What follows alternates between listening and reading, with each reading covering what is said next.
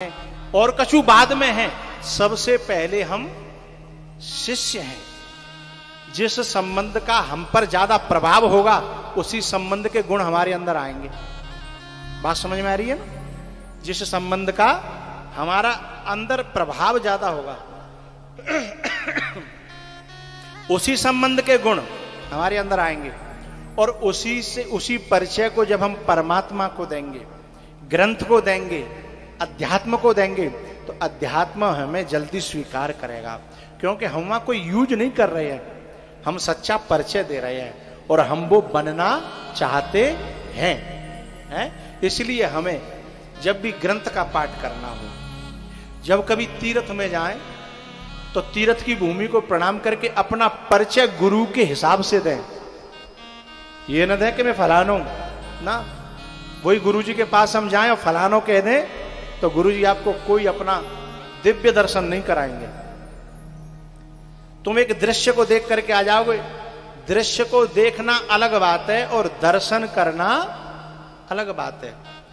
दृश्य आकर्षित करता है, समझिएगा, दृश्य आकर्षित करता है और दर्शन मुक्त करता है संसार से।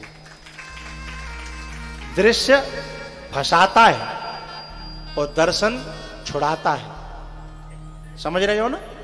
पिक्चर क्या है? दृश्य है, फंसा लेती है। और गुरु का दर्शन दृश्य नहीं है, वो दर्शन है, वो छुड़ाता है संसार से, मुक्त करता है। जो मुक्त करे वो दर्शन, और जो बांधे वो दृश्य है। और हम दर्शक बन जाते हैं। तो तीर्थ में जाएं तो तीर्थ को भी प्रणाम करके अपना परिचय दें शिष्य के रूप में कि हम अध्यात्म से जुड़े हैं। जैसे आप लोगों को शायद पता है कि नहीं पता, हम लोग जो संत हैं ना, जब संत कहीं संतों में जाते हैं तो हमारा परिचय पूछते हैं, कौन से अखाड़े से, कौन से द्वारे से, कौन तुम्हारा काका बने, अलग उसमें रहता है, वो पूछते हैं। जैसे तुम आपस में पूछते हो कि बोले कौन हो, बोले फलानी जाति के, बोले बहू में कौन हो, बोले फलाने गोत के हैं। तो संसारी परिचय है ना। ऐसे ही अध्यात्म में हमें अपना परिचय बनाना है शिष्य के रूप में। लेकिन शिष्य के रूप में जब गुरु हमारे हृदय में उतरेगा स्वभाव से, समझ रहे हो ना? स्वभाव से गुरु उतरेगा। और गुरु कब उतरेगा? जब पहले उतरने लायक, बैठने लायक तुम्हें बनाएगा। और बना कब पाएगा? जब हम बनने के लिए तैयार हो जाएंगे। जैसे गणेश जी बनाते हैं ना, गणेश जी, तो पत्थर जो होता है, वह पत्थर में गणेश जी की मूर्ति पहले तो ही है। लेकिन करना क्या है? वहां में टांका टांकी करके, छांटा छांटी करके, वहां में जो फालतू फालतू है ना, वो निकाल दिया जाता है। वह आकृति में से फालतू फालतू निकाल दिया जाता है। तो वहां तो निकल आते हैं फिर गणेश जी महाराज, हनुमान जी महाराज, दुर्गा मैया, राम जी। वहां भी पहले से थे ना। क्या निकाला? एक्स्ट्रा, जो फालतू था वो निकाल दिया। ऐसे ही तुम में संसार का संग करते करते जो फालतू आ गया है, वैसे तो तुम ईश्वर के अंश हो, अविनाशी हो, ईश्वर अंश जीव अविनाशी हो। लेकिन संसार का संग करते करते करते करते भूमि परत भा डावर पानी, जो फालतू आ गया है, अब बाप है छेनी हथौड़ा तो चलाना पड़ेगा ना, गुरु है? छेनी हथौड़ा तो। अच्छा, हनुमान जी की मूर्ति बनानी है, वहां में छेनी हथौड़ा अलग चलेगो। गणेश जी की बनानी है तो अलग चलेगो, अलग तरीका से चलेगो, है ना? ऐसे ही कभी अपना कंपैरिजन मत करना कि गुरुजी मोते तो यूं कह रहे हो, फलाने तो यूं कह रहे, पक्षपात कर रहे। ना ना, ऐसा कहते तुम में तो वो गणेश जी बना रहे हो, वहां में तो हनुमान जी बना रहे हो, कहूं में तो सीता जी बना रहे हैं। हर पत्थर में तो हर मूर्ति भी नहीं बन सकती है। मूर्ति के आकार को देख करके कारीगर पता लगाता है, जहां में तो हनुमान जी बढ़िया नहीं करेंगे हैं, जहां में तो गणेश जी को चूहा बढ़िया नहीं करेगा।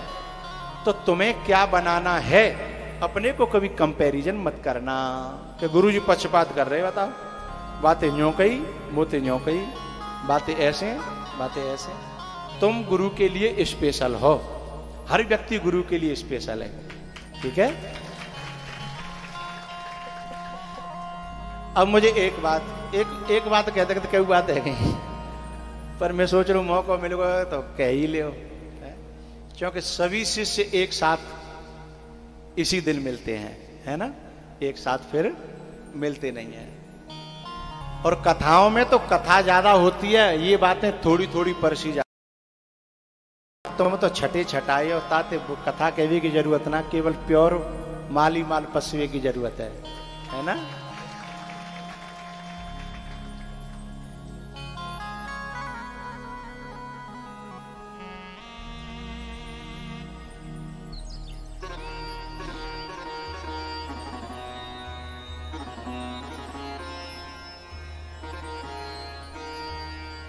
मुझे ये कहना है कि मुझे तुम सबसे बहुत प्यार है, बहुत स्नेह है।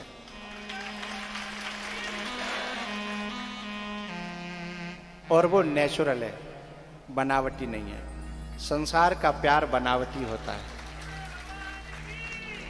संसार का प्रेम दिखावे का होता है।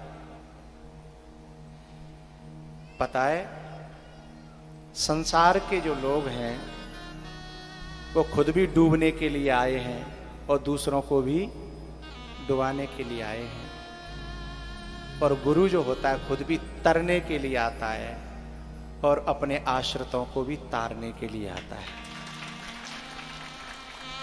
दोनों के इस संसार में आने का उद्देश्य अलग अलग होता है?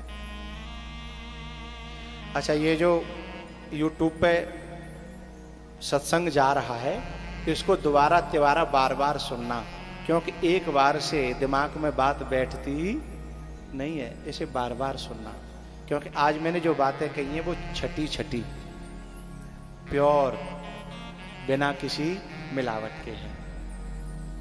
तुम मुझे बहुत प्यारे हो, बहुत प्रिय हो। फिर आपके मन में प्रश्न होगा कि फिर मिलते क्यों नहीं?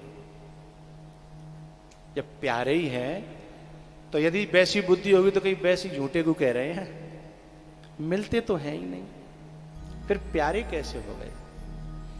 यदि मिलना ही प्यार होता तो संसार के संबंधी तुम्हें रोज दिनों रात मिल रहे हैं, क्या प्यार हो गया? प्यार एक बहुत गहरी चीज है। या तो परमात्मा से प्यार होता है, या गुरु से प्यार होता है, या फिर जीव से परमात्मा को प्यार होता है, या फिर केवल गुरु को प्यार होता है, संसार को नहीं होता। संसार में प्यार नहीं है, व्यापार है। संसार के लोगों को तुम जब तक काम के हो ना, जब तक तुम काम के हो तब तक तुमसे ऐसा लगेगा कि प्यार है, लेकिन वो प्यार नहीं, क्या है? व्यापार है। तो मेरे काम के तो मैं तुम्हारे काम का, अब न तुम मेरे काम के और न मैं तुम्हारे काम का। लेकिन सच्चा प्यार या तो परमात्मा को होता है। भगवान ने भी कहा है, मुझे सब प्यारे हैं, जड़ चेतन चर अचर सब मुझे प्यारे हैं। लेकिन कहा सबते अधिक मनुज मोय भाई, सब में भी मनुष्य मुझे सबसे प्यारे हैं, क्योंकि मनुष्य परमात्मा का भजन करना जानता है, परमात्मा से प्यार करना जानता है ना। तो मैं ये कहना चाहता हूं, मुझे तुम सबसे प्यारे हो, लेकिन मेरा कम मिलने का जो कारण है उनको तुम ये मत समझ लेना कि मुझे तुमसे प्यार नहीं है, ऐसा मत समझ लेना। प्यार एक दिल का रिश्ता है। कम मिलने के जो कारण हैं उससे तुम्हें कोई हानि नहीं होगी, उससे तुम्हें फायदा ही होगा, और मुझे भी फायदा होगा, क्योंकि मैं भी अभी तैरना सीख रहा हूं और मुझे भी तैर करके पार जाना है। मैंने ये वेश लेने के बाद में कम से कम 20 साल तक न तो कोई मंत्र दिया, न किसी को शिष्य बनाया, और मैं चाहता भी नहीं था कि मैं किसी को मंत्र दूं और शिष्य बनाऊं। लेकिन कुछ लोग 20 साल तक लटके रहे, अड़े रहे, हटे ही नहीं, तब फिर मुझे मजबूरी में ये मंत्र और दीक्षा का कार्यक्रम करना पड़ा। परिवार के मुखिया को अभी भी मैं कम से कम मंत्र देने के पक्ष में रहता हूं, मैं टालता रहता हूं। जहां भी जाता हूं बोले गुरु पूर्णिमा को आना, जब तक वो आवे जब तक कहूं ना कहूं चपक जाएगा तो कम मेरे गले में कम से कम पड़ेगा। क्योंकि घर के मुखिया 11 साल तक के किए हुए अपराधों का पाप, अपराधों का फल माँ बाप को भोगना पड़ता है। 11 साल से ऊपर बच्चे को भोगना पड़ता है। राज्य में किए हुए अपराधों का फल राजा को भोगना पड़ता है, पूरा पूरा नहीं, कुछ मात्रा में। ऐसे ही शिष्य के द्वारा किए हुए अपराधों का फल गुरु को भी भोगना पड़ता है। इसलिए अच्छा साधक, ये एक भजन है, और ये भजन जितना कम होए तैरने में उतनी सुविधा ज्यादा, और ये भजन जितना ज्यादा होए तैरवे में उतनी परेशानी ज्यादा।